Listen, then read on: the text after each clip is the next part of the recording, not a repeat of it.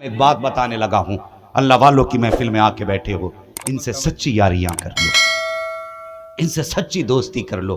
ایک بزرگ ہوئے ہیں علامہ خواجہ بہاؤالدین نقشبندی رحمۃ اللہ تعالی علیہ، بخارے کے رہنے والے تھے۔ جب بخارے کے رہنے والے، اور آپ نے دیکھا ہوگا ولیوں کی تو الگ ہی شان ہوتی ہے نا، جب وہ کہیں سے گزرتے ہیں کوئی بتائے نہ بتائے عاشقوں کا ہجوم لگ جایا کرتا ہے۔ سرکار مفتی اعظم کسی اجنبی جگہ سے بھی جاتے تھے نا تو لوگوں کو خوشبو بتا دیتی تھی کہ اعلیٰ حضرت کا بیٹا گزر کے جا رہا۔ ہاں، اور نہیں دیکھا کہ تاج الشریعہ اگر کسی گلی سے گزرتے یا کسی شہر سے گزرتے تو کوئی اعلان نہیں ہوتا تھا، کوئی خبر نہیں ہوتی تھی، آپ کے آنے کی دیر ہوتی تھی عاشقوں کی بھیڑ لگ جایا کرتی تھی۔ تو یہ اللہ والوں کی الگ شان ہوتی ہے، جب وہ چلتے ہیں نا تو اللہ کی رحمتیں آواز دیتی ہیں، اٹھو دیوانوں ہمارا محبوب گزر کے جا رہا ہے۔ اور پھر جب اس کی صدائیں آتی ہیں تو پھر کیا ہوتا ہے، پھر عاشقوں کی بھیڑ لگ جاتی ہے۔ خواجہ بہاؤالدین نقشبندی رحمۃ اللہ تعالی علیہ، آپ ایک بستی سے گزر کے جا رہے تھے، ایک بستی سے آپ گزر کے جا رہے تھے نا، تو کچھ لوگوں نے دیکھا حضرت جا رہے ہیں تو بھیڑ لگ گئی مریدوں کی، گھیر لیا، بیٹھا لیا، جنگل میں ہی بیٹھا لیا حضرت کو، بستی کے باہر چاروں طرف سے گھیر کے کھڑے ہو گئے۔ اتفاق سے اسی راستے سے غیر مسلم لڑکی گزر کے جا رہی تھی۔ سمجھ گئے؟ سمجھ گئے نا میری بات؟ غیر مسلم لڑکی گزر کے جا رہی تھی۔ اس بچی نے لوگوں کی بھیڑ دیکھی، بچے ہوتے ہی عجیب ہے نا، کہیں بھی اگر بھیڑ دیکھیں تو یہ کوشش کرتے ہیں یہ لگی کیوں ہے، یہاں پہ اتنے لوگ کیوں ہیں۔ اس نے ایک ہاتھ پکڑ کے کہا چاچا کا بیٹی بولو یہ بھیڑ کیوں ہے؟ انہوں نے کہا یہ مسلمانوں کے پیر آئے ہوئے ہیں۔ واہ واہ واہ، مسلمانوں کے پیر آئے ہوئے ہیں، زور سے مسلمانوں کے پیر آئے ہوئے ہیں۔ بچی کہنے لگی بیٹے بابا جی یہ پیر ہوتے کون ہیں؟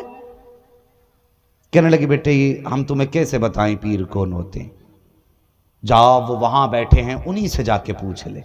کیا بات، بچی لوگوں کو ہٹاتے ہوئے خواجہ بہاؤالدین نقشبندی کی بارگاہ میں پہنچ گئی، دیکھ کے کہنے لگی بابا جی آپ پیر ہو؟ فرمانے مسکرا کے فرمانے لگے جی۔ بچی کہنے لگی بابا بتاؤ گے پیر کون ہوتے ہیں؟ تو اب ہر سنی بولے گا سبحان اللہ۔ خواجہ بہاؤالدین کا جواب سنیں، بچی نے کہا بابا یہ پیر کون ہوتے ہیں؟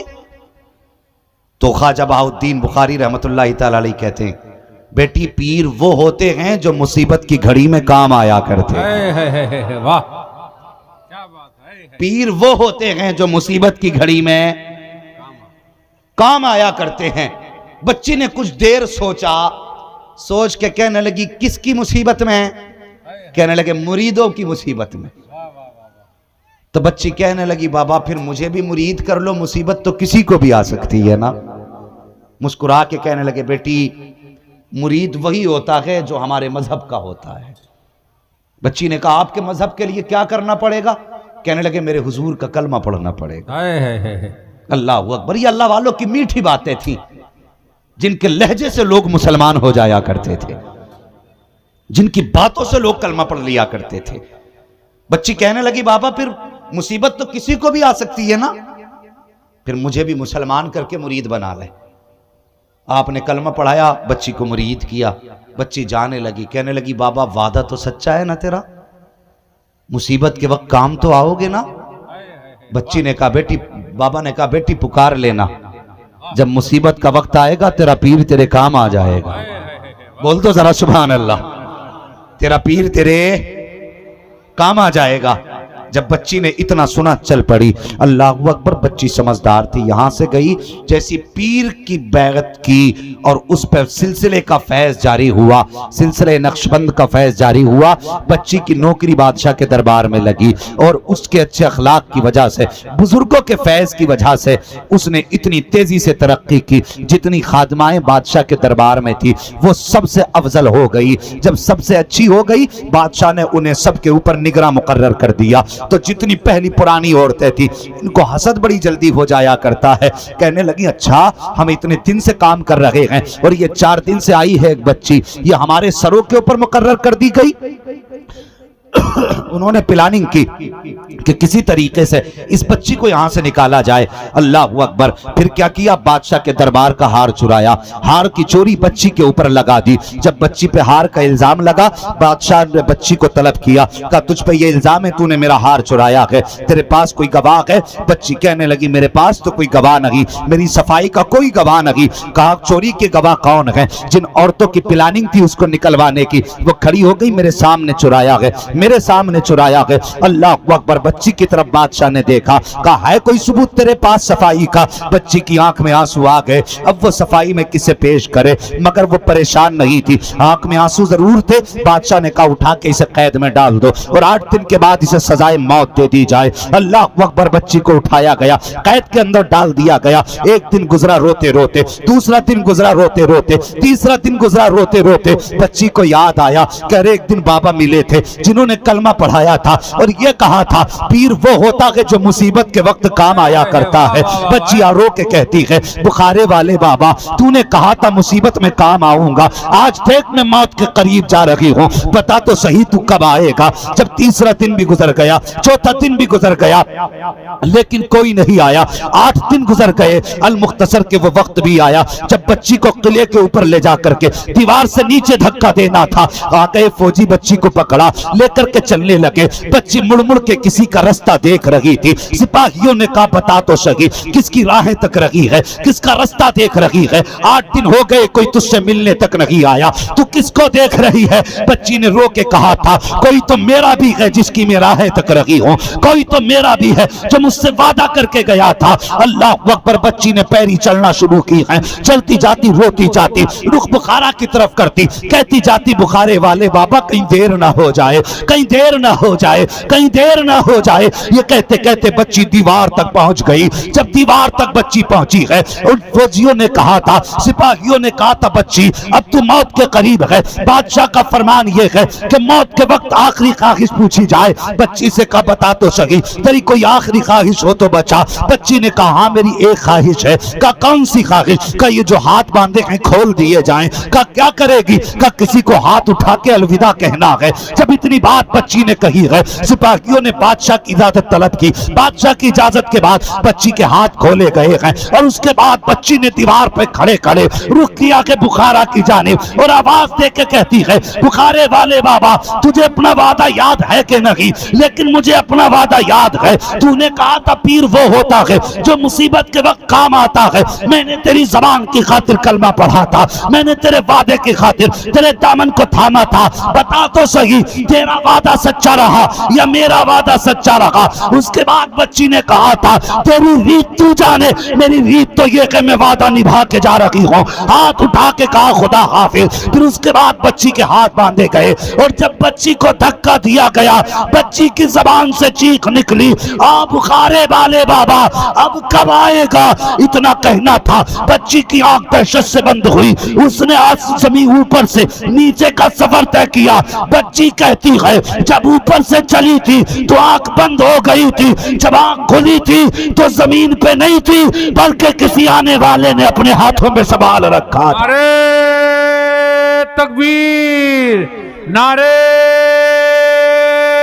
رسالت, فضائل اولیاء کرام, فضائل اولیاء کرام, کرامات اولیاء حضرت علامہ مفتی حماد رضا صاحب قبلہ.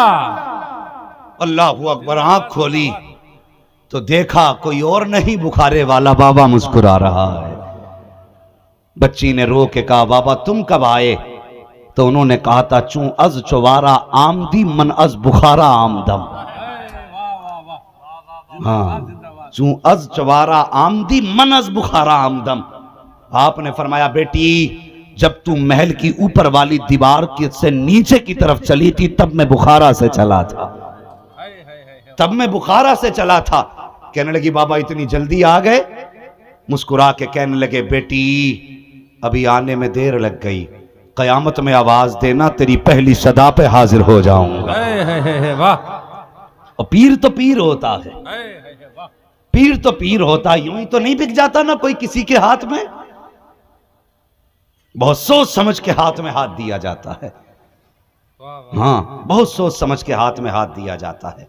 اللہ سلامت رکھے اس عاشقوں کے مجمع کو، اللہ تمہاری نسلوں کو آباد رکھے۔ نصیب کی بات ہے جو غریب نواز کی محفل سجا کے بیٹھے ہو، ہاں یہ نصیب کی بات ہے کہ ان سے نسبت قائم کر رکھی ہے۔ میرے غریب نواز عطائے رسول ہیں، حضور کا تحفہ ہے ہندوستان کے لیے غریب نواز۔ ہاں یہ ہمارا نصیب نہیں کہ ہمارے کلمہ پڑھانے کے لیے مصطفیٰ نے اسپیشل غریب نواز کو بھیجا ہے اور اپنے بیٹے کو بھیجا۔ اللہ اکبر! اور کیسے بھیجا؟ خواجہ غریب نواز، خواجہ عثمان ہارونی یا ہرونی جو بھی آپ کہہ لیں، آپ کے ساتھ اپنے پیر و مرشد کے ساتھ ایک بار مکہ شریف گئے، کعبے کا طواف کیا، آواز آئی عبد القادر ہم نے تجھے، آواز آئی معین الدین ہم نے تجھے قبول کر لیا ہے۔ استاد کہنے لگے بیٹے مقبولیت تو ہو گئی ہے لیکن سند مدینے سے ملے گی۔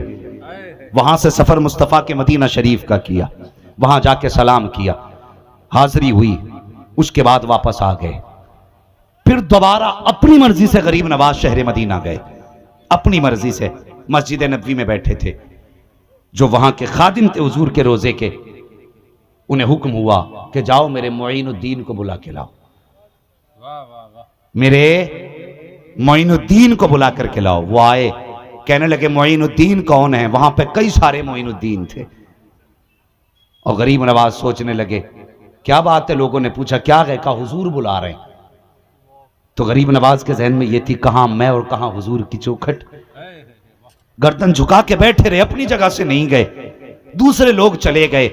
آواز آئی میں نے ان کو نہیں بلایا، معین الدین چشتی کو بلایا ہے۔ پھر حکم ہوا کہ آپ کو مصطفیٰ نے بلایا ہے۔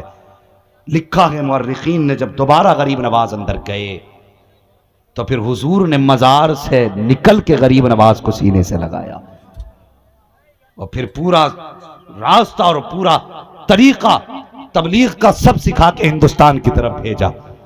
پھر غریب نواز ہندوستان آئے۔ اللہ اکبر! ہندوستان میں آ کر کے آپ نے ڈھول نہیں بجایا تھا، یہ بھی سن لیں، آپ نے ڈھولک نہیں بجائی تھی، آپ نے تماشے نہیں کیے تھے، بلکہ غریب نواز اپنی زبان پہ یا تو قرآن کے ترانے لائے تھے یا مصطفیٰ کی شان کے ترانے لے کر کے آئے تھے۔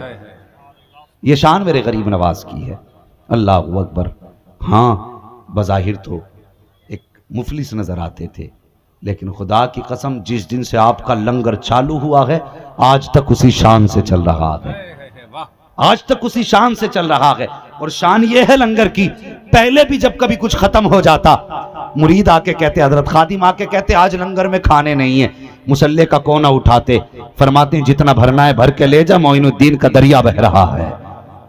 آج سارا زمانہ بالخصوص ہندوستان غریب نواز کی خیرات کھا رہا ہے، ہم ان کا کھا رہے ہیں تو پھر انہی کے گیت گا رہے ہیں۔ غریب نواز بھارت میں تشریف لائے۔ اور ایک بات اور بتا دوں، اکثر یہ جو عہدے داران ہوتے ہیں نا، ودھایک نیتا، ان کی اللہ والوں سے بنتی کیوں نہیں ہے؟ اس لیے نہیں بنتی علامہ سردار احمد صاحب کہ وہ بہت کوشش کر کے لوگوں کے دل نہیں جیت پاتے، وہ بہت کوشش کر کے لوگوں کے دل نہیں جیت پاتے، اور اللہ والے ٹوٹی چٹائی پہ بیٹھ کر کے لوگوں کے دلوں میں جگہ بنا لیتے ہیں۔ واہ واہ واہ! ہاں امام زین العابدین امام سجاد، میرے حسین کا شہزادہ، کربلا کی بچی ہوئی امانت، جب آپ کربلا سے واپس آ گئے آپ نے دنیا چھوڑ کر کے تنہائی میں سکونت اختیار کر لی، جنگلوں میں بیٹھ کے یاد الہی میں مصروف رہتے تھے، جنگلوں میں بیٹھ کر کے۔ ہاں سلیمان بن عبد الملک کا دور تھا، جنگلوں میں بیٹھے تھے، لیکن اسے ٹینشن یہ تھی میں بادشاہ ہوں، لیکن لوگ عزت زین العابدین کی کرتے ہیں۔ اس نے کہا کیوں نہ انہیں اپنی حکومت میں شامل کر لوں، جو لوگ ان کے ہیں وہ بھی میرے ہو جائیں گے، جو میرے وہ تو ہیں ہی میرے۔ اس نے خبر بھیجی کہ جاؤ زین العابدین سے کہو ہم نے بلایا ہے۔ جب خبر لے کے قاصد گیا کہ تمہیں اس نے بلایا بادشاہ نے، تو آپ نے کہا جاؤ اس سے کہہ دو ہم نے دنیا چھوڑ دی ہے، ہمیں اپنے رب کی عبادت میں رہنے دے۔ انکار کر دیا، اسے غصہ آ گیا، اس نے فوجی بھیجے اور کہا کہ تم نہیں جانتے ہو، تم نے اپنے باپ کا سلوک نہیں دیکھا، کہ پہلے تمہیں قیدی بنایا تھا یزید کے سپاہیوں نے، اگر اب بھی نہیں مانگو گے تو میرے سپاہی قیدی بنائیں گے۔ فرمانے لگے جو تجھے کرنا ہے کر لے، ہمیں تیری دنیا سے کوئی لینا دینا نہیں۔ آپ کو پھر قید کیا گیا، ہاتھوں میں ہتھ کڑی ڈال کر کے پھر بادشاہ کے دربار میں پیش کیا گیا۔ بادشاہ کہنے لگا دیکھ لی اپنی اوقات، سنے اس کے جملے، کہ تم نے دیکھ لی اپنی اوقات، میں نے کہا تھا میں تمہیں قید کر کے اٹھوا لوں گا۔ فرمانے لگے جا ہمارے منہ نہ لگ، بڑی سادگی سے فرمایا ہمارے منہ نہ لگ، تو ہمیں جانتا نہیں ہے۔ اس نے کہا کیا کر لو گے، کیا کر لو گے؟ جیسے اتنا کہا نا کیا کر لو گے، امام زین العابدین کو جلال آ گیا۔ آپ نے یوں ہتھکڑیوں کی طرف دیکھا، وہ ٹوٹ کے پانی کی طرح زمین پہ بہنے لگ گئی۔ کانپ گیا بادشاہ، کہنے لگا یہ کیا ہے؟ فرمانے لگے سن، جب نیزے پہ سر چڑھے تھے تب بھی ہم اختیار میں تھے، آج جو قیدی بنے ہیں تب بھی اختیار میں ہے۔ فرق یہ ہے جو بھی کرتے ہیں اپنی مرضی سے نہیں، پیدا کرنے والے خدا کی مرضی سے کیا کرتے ہیں۔ ہاں تو یہ اللہ والے ہوتے ہیں، ان کی شان ہی نرالی ہوتی ہے۔ تو جو دنیا والے ہوتے ہیں اس وجہ سے ان سے جلا کرتے ہیں اور سوچتے ہیں یہ جلدی ختم ہو جائیں۔ تو ان راجہ مہاراجانوں نے بڑے آتنک مچا رکھے تھے۔ اس کا نام سنا ہوگا پرتھوی راج چوہان کا، سنا ہے جی؟ کتنے لوگوں نے سنا؟ وہی بولیں، باقی نہ بولیں، پولیس لے جائے گی۔ بندہ یہ سوچ کے نہیں بولتا کہیں موت نہ آ جائے۔ او بھائی موت اپنے وقت پہ آنی ہے، جہاں لکھی ہے وہیں آنی ہے۔ ڈر کے نہ بول، زور سے بول، ذرا کہہ دے یا رسول اللہ، یا رسول اللہ۔ اللہ سلامت رکھے ماشاءاللہ۔ پرتھوی راج چوہان، اس نے پوری کوشش کر لی، غریب نواز کو ہٹا نہ سکا، پانی بند کیا، فوجی بھیج کے ہٹایا، لیکن پھر بھی کیا تھا، لوگ غریب نواز کی طرف جھکے چلے جا رہے تھے۔ اس نے کہا کیوں نہ انہیں قتل کرا دوں۔ کیا سوچا اس نے؟ انہیں قتل کرا دوں۔ ایک کلر بلایا اسپیشلی اس نے، اور اس سے کہا سن، اگر تو اس بابا کا سر کاٹ کے لائے گا تو میں تجھے آدھی سلطنت دے دوں گا۔ آج لوگ 2000 میں مرڈر کر دیتے ہیں، 3000 روپے میں لوگوں کی جان لے لیتے ہیں، اور اسے تو مل بھی آتی بادشاہت رہی تھی۔ اس نے کہا بڑی بات ہے جی، اتنے سے کام میں بابا کا سر کاٹ کے لانا ہے، اتنے سے کام کے لیے اتنی بڑی سلطنت۔ اس نے کہا منظور ہے۔ تو اس نے وہ کپڑا لپیٹ رکھا تھا جو ان کا راجپوتوں کا اسپیشلی لباس تھا، اس میں خنجر چھپا لیا کمر کے پیچھے، اور میرے غریب نواز ایک درخت کے نیچے مصطفیٰ کی حدیثیں سنا رہے تھے۔ اسی بیچ میں لوگ بیٹھے تھے، جس کا مقصد حل ہو جاتا سنتا چلا جاتا، حل ہو جاتا سنتا چلا جاتا۔ محفل ختم ہو گئی، سارے لوگ چلے گئے، کچھ بچے، انہی میں قاتل بھی کھڑا تھا۔ غریب نواز نے پیٹ کی قاتل کی طرف، اور سنے کیا کہا، فرمانے لگے جو جس نیت سے آیا تھا اس کی نیت پوری ہو گئی، جس کی رہ گئی ہے وہ بھی اپنی نیت پوری کر لے۔ جو آرزو لے کے آیا تھا معین الدین نے سب کو سب کچھ دے دیا ہے، اور جو رہ گیا ہے وہ بھی اپنی حسرت، اپنی ضرورت پوری کر لے۔ آپ کا اشارہ قاتل کی طرف تھا کہ جب ہم نے ہر آنے والے کو دیا تو پھر تو خالی کیوں جائے گا بھائی؟ تو قتل کے ارادے سے آیا، قتل کر لے۔ لیکن کوئی نہ بولا، کہنے لگے حضور سب کو مل گیا، لوگ جانے لگے، سب چلے گئے، یہ راجپوت قاتل رہ گیا۔ غریب نواز کہنے لگے سب کی مرادیں پوری ہو گئی، تو اپنی مراد پوری کب کرے گا؟ اس نے کہا بابا کون سی مراد؟ کہنے لگے تو مجھے قتل کرنے آیا نا، تو چل تو بھی اپنا کام کر لے۔ اس نے اتنا سنا ہاتھ کانپ گئے، کہنے لگا نہیں بابا میں تو آپ کا بیان سننے آیا تھا۔ کہ اگر بیان سننے آیا تھا تو پھر خنجر رکھ کے کیوں لایا تھا؟ کیا بات، خنجر رکھ کے کیوں لایا تھا؟ کہنے لگا راجہ، کہنے لگا سنو بابا، یہ راجپوتوں کی راجپوتوں کا طریقہ ہے، ہم جب چلتے ہیں خنجر ساتھ لے کے چلتے ہیں۔ اچھا کہ یہ راجپوتوں کا طریقہ ہے، خنجر کمر کے پیچھے لگا کے چلتے ہیں؟ کہا ہاں یہ راجپوتوں کا طریقہ ہے۔ فرمانے لگے یہ تو راجپوتوں کا طریقہ ہے، مگر کیا وہ بھی راجپوتوں کا طریقہ ہے جو تو نے محل سے بادشاہ سے سلطنت کا سودا کیا تھا، جو تجھ سے بادشاہ نے کہا تھا بابا کا سر کاٹ کے لا، آدھی سلطنت دوں گا، جب اتنی ہماری بات اس نے سنی ہے، حیرت میں کانپنے لگ جاتا ہے، کہتا حضرت جی اس وقت تو بادشاہ تھا یا میں تھا، تیسرا کوئی نہ تھا، آپ کو کس نے بتا دیا؟ اللہ اکبر۔ غریب نواز کہتے ہیں کہ جو تو نے راجہ سے باتیں کی تھی وہ بھی غریب نواز دیکھ رہا تھا، جو نیت لے کے آیا ہے وہ بھی غریب نواز سن رہا ہے، اتنا سننا تھا، چیخ نکلی، خنجر نکالا، قدموں میں غریب نواز کے رکھا، کہنے لگا بابا اتنے بڑے بابا کو قتل کرنے آیا تھا، میری سزا یہ ہے کہ خنجر بھی میرا، سر بھی میرا، اپنے ہاتھوں سے قتل کر دو، میں جینا نہیں چاہتا۔ غریب نواز نے خنجر اٹھایا، راجپوت کے ہاتھ میں دیا، کہنے لگے جا چلا جا، آئندہ ایسے مت کرنا، ہم نبی رحمت کے بیٹے ہیں، ہم کسی کو مارنے نہیں آئے، ہم تو مرنے والوں کو بچانے کے لیے۔ اللہ اکبر۔ فرمانے لگے ہم مارنے نہیں آئے، ہم تو مرنے والوں کو بچانے آئے ہیں۔ اتنا کہہ کے غریب نواز جب چلنے لگے دوڑ کے قدم پکڑ لیے، کہنے لگے بابا جب سب کے کام کیے ہی ہیں تو میرا بھی چھوٹا سا کام کر کے چلے جائیے۔ کون سا کام؟ کہنے لگا اب تک کفر کی دنیا میں تھا، اب کلمہ پڑھا کے محمد کی غلامی میں لے لیجیے۔ اللہ اکبر۔ یہ ان کے اخلاق تھے، یہ ان کے کردار تھے، اس طرح سے دین پھیلا۔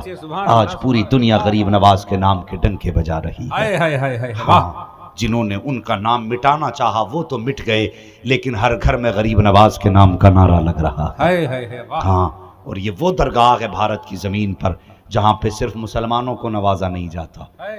آج بھی کوئی بھی آئے، کسی بھی دھرم کا آئے، کسی بھی مذہب کا آئے، بغیر ذات کے دیکھے اس کو نوازا جاتا ہے۔ اسی وجہ سے دنیا معین الدین چشتی کو غریب نواز کہا کرتی ہے، غریب نواز کہا کرتی ہے۔ کیا کسی میں حوصلہ ہے جو اپنے قاتل کو اتنے اچھے طریقے سے معاف کر دے؟ آج تو ہمیں بندہ گالی دے دے تو ہم گریبان پکڑ لیتے ہیں، تو نے کہا کیسے؟ تھپڑ مار دے تو جان لے لیتے ہم بدلے میں، تیری ہمت کیسے ہوئی تھپڑ مارنے کی؟ یہ جگر غریب نواز کا تھا۔ قاتل سے کہتے ہیں جا میں نے معاف کر دیا۔ اخلاق اچھے کریں، انہوں نے سب کو نوازا ہے، آج بھی سب کو نواز رہے ہیں، بلا تفریق نواز رہے ہیں۔ وہ یار جب غیروں کو اتنا دیتے ہیں تو پھر اپنوں کو کتنا دیتے ہوں گے، اپنوں کو کتنا دیتے ہوں گے۔ سنانے اپنی بربادی کے افسانے کہاں جاتے، تیرا در چھوڑ کر خواجہ یہ دیوانے کہاں جاتے، ہمیشہ بھیک ہم نے تو اسی چوکھٹ سے پائی ہے، ہم اپنا دامن امید پھیلانے کہاں جاتے، درے خواجہ سے بگڑی قسمتیں بنتی ہیں اے قیصر، ہم اپنا لوہے پیشانی بدلوانے کہاں جاتے، ہم اپنا لوہے پیشانی بدلوانے کہاں جاتے۔ فرمایا گیا یا ایھا الذین آمنوا اتقوا اللہ وکونوا مع الصادقین، اے ایمان والو اللہ سے ڈرو اور سچوں کے ساتھ ہو جاؤ، سچوں کے ساتھ ہو جاؤ، اللہ والوں سے محبت کرو۔ وقت بھی کافی ہو چکا ہے، اللہ سے ڈرو اور سچوں کے ساتھ ہو جاؤ۔ ہاں، ولیوں سے محبت کرتے رہیے، ان سے پیار کرتے رہیے، ان سے پیار کرتے رہیے۔ یہ مت سوچنا کہ ولی وہی ہے جس کے پاس جو ہے لگژری گاڑی ہے، ولی وہی ہے جس کے پاس اونچا لبا قبا جبہ صافہ ہے۔ نہیں، یہ بڑے سادہ لوگ ہیں یار، بڑے سادہ لوگ ہیں، اتنے سادہ لوگ کہ لوگ انہیں دیکھ کے پہچان بھی نہیں پاتے۔ ہاں، انہوں نے اپنے آپ کو بالکل مٹا دیا، اپنے وجود کو، اور خدا کی ذات میں گم گئے یہ لوگ، اس کی یاد میں گم گئے۔ یہ تو جب آنکھیں کھولتے ہیں تب بھی اللہ ہی کا جلوہ نظر آتا ہے، جب آنکھیں بند کرتے ہیں تب رب کا جلوہ نظر آتا ہے۔ ہاں، اللہ والوں سے پیار کیا کرو، ان سے پیار کرتے رہو گے، خدا کی قسم یہ یہاں بھی کام آئیں گے، وہاں بھی کام آئیں گے۔ ان کی یاری بڑی سچی ہوتی ہے، ان کی دوستی بڑی سچی ہوتی ہے۔ علماء اہل سنت ہیں۔ ایک بات کہہ جاؤں، میں نے سنا تھا اعلان ہو رہے تھے مسجد کے تعاون کے لیے، لوگوں نے تعاون کیا ہوگا، سن بھی رہا تھا، کچھ لوگوں نے تعاون کیا۔ میں ایک بات بتا جاؤں بھائی، بس آخری بات سن لیں بڑی سنجیدگی کے ساتھ۔ مرنا کس کس کو ہے ذرا ہاتھ اٹھا کے بتا دیں۔ اور چاچا آپ کو نہیں مرنا، ہاتھ نہیں اٹھائے، دونوں نہ اٹھانا بھائی، اگر جلدی آ گئی تو ذمہ دار نہیں۔ ایک کی بات ہوئی تھی، سب کو مرنا نا؟ کیا کوئی گارنٹی ہے ہمارے پاس کہ جس بیٹے کے شوق پورے کرتے کرتے ہماری کمر جھک گئی، یہ ہمارے بعد ہمارے لیے قرآن پڑھے گا؟ ہے کوئی گارنٹی؟ کوئی گارنٹی نہیں۔ اگر لگے نا کوئی گارنٹی ہے تو مجھے بھی بتانا. ہاں کبھی قبرستان جا کے دیکھ لیا کرو، وہ بیٹھی ہوئی قبریں، وہ ٹوٹے ہوئے تختے. آج کوئی ان پہ پھول تو بڑی بات، صاحب کوئی مٹی ڈالنے نہیں آیا. کتنی قبروں میں ہڈیاں دکھنے لگی، آج کوئی مٹی ڈال کے ان ہڈیوں کو چھپانے تک نہیں آیا. او بھائی، اس سے پہلے کہ تو قبر کا لقمہ بنے، اس سے پہلے کہ قبر تیرا گھر بنے، اپنے جیتے جی اپنے ہاتھ سے مساجد کا اہتمام کر جا، اپنے جیتے جی اپنے ہاتھ سے آخرت کا انتظام کر جا. ہاں کبھی اللہ توفیق دے مسجد میں اپنی طرف سے پنکھا لگوا دے، ایک اینٹ اللہ کے گھر میں لگوا دے. میں زیادہ بات نہیں کہتا، ایک اینٹ لگوا. خدا کی قسم اگر اس کے سائے کے نیچے کھڑے ہو کر کوئی سجدہ رب کو کرے گا تو کوئی تجھے دعا دے نہ دے. ہو سکتا ہے کوئی ایسا بندہ بھی مسجد میں آ جائے کہ جس سے رب کا تعلق بڑا خاص ہو اور وہ سجدے میں سر رکھ کے اپنے رب کو منائے، تو جتنا کرم اس پہ رب کرے گا اتنا کرم اللہ تیری قبر پہ نازل فرما دے گا. تو اپنے ہاتھ سے اپنے جیتے جی کر جائے. جس نے جتنا انعام دیا تھا میں اس کے بھی ثواب کے لیے بھی اور اپنے بھی ثواب کے لیے یہ حضرت کے حوالے کرتا ہوں کہ یہ سب مسجد میں شامل کیا جائے، یہ سارا مسجد میں شامل کرو. نعرے تکبیر، نعرے رسالت، مسلک اعلی حضرت خواجہ غریب نواز کانفرنس علامہ مفتی حماد رضا صاحب قبلہ. نعرے تکبیر، نعرے رسالت. ہاں اللہ توفیق دے تو اپنے جیتے جی آخرت کا انتظام کر جاؤ، اپنے جیتے جی قبر کا انتظام کر جاؤ. اور تجھے پتا نہیں میرا نبی مسجد سے پیار کرنے والوں سے کتنا پیار کرتا ہے.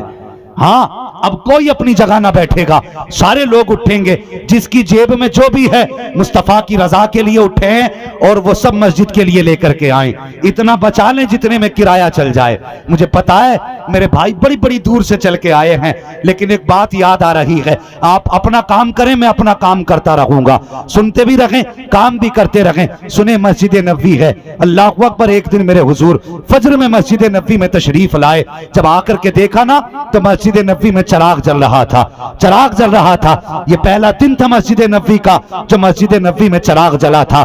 پہلے دن چراغ کو دیکھا، مصطفیٰ مسکرانے لگ گئے. فرمایا صحابہ آج یہ چراغ کس نے جلایا ہے؟ ایک صحابی نے اشارہ کیا، یا رسول اللہ وہ جو دیہات سے چل کے آپ کی مسجد میں آتے ہیں، وہ جو گاؤں سے چل کے آپ کی مسجد میں آتے ہیں، آج یہ اپنے گھر سے چراغ کا انتظام کر کے لائے ہیں. میرے حضور نے فرمایا ذرا اٹھ تو میرے اعرابی صحابی، گاؤں کے رہنے والے، ذرا اٹھ کے آ، کیا سوچ کے لایا کہ چراغ کو؟ کہتے یا رسول اللہ میں نے مسجد میں اندھیرا دیکھا، خیال آیا میرے گھر میں اجالا ہو، مسجد میں اندھیرا رہے مجھے گوارا نہیں ہے. یا رسول اللہ میں چراغ لے کر کے آ گیا. مصطفیٰ کو اتنا پیار آیا، اتنا پیار آیا. فرماتے سن تو نے مسجد کو روشن کیا ہے، آ محمد کے سینے سے لگ جا، میرے سینے سے لگ جا. حضور نے سینے سے لگایا. فرماتے سن مجھے اتنا پیار آ رہا ہے، میرے پاس اگر کوئی بیٹی ہوتی تیرے نکاح میں شامل فرما دیتا. اللہ اکبر. حضور فرماتے ہیں جو مسجدوں سے پیار کرتے ہیں وہ اللہ کے بھی پیارے ہوتے ہیں، رسول اللہ کے بھی پیارے ہوتے ہیں. سبحان اللہ. عاشقوں کی بھیڑ چلی ہے، بچے بھی چلے گئے، جوان بھی چلے گئے. انشاءاللہ العزیز تم نے رب کے گھر کے لیے تعاون کیا ہے، فکر نہ کرنا تمہارے گھر کے فیصلے مدینے والا کرے گا، حضور کریں گے. سبحان اللہ. جس کے پاس جو تھا سب نے پیش کیا. اللہ سب کی مرادوں کو پورا کرے، سب کی ضرورتیں پورا فرمائے اور سب کے مولا کریم گھر بار میں، جائز کاروبار میں بے پناہ برکت عطا فرمائے، سب کی نسلوں کو آباد فرمائے. غلاموں مصطفیٰ سے سچا عشق کرو، حضور سے سچا پیار کرو. بات جب حضور کے گھر کی آ جائے نا، اللہ کے گھر کی آیا کرے تو پھر پیچھے نہیں ہٹنا. وہ یار روزانہ 50 کے مسالے کھا جاتے، ایک دن کے مسالے نہ صحیح ہم نے اللہ کے گھر میں دے دیے ہیں. ہاں یہ سوچ کے خرچ کیا کرو. اور سن لو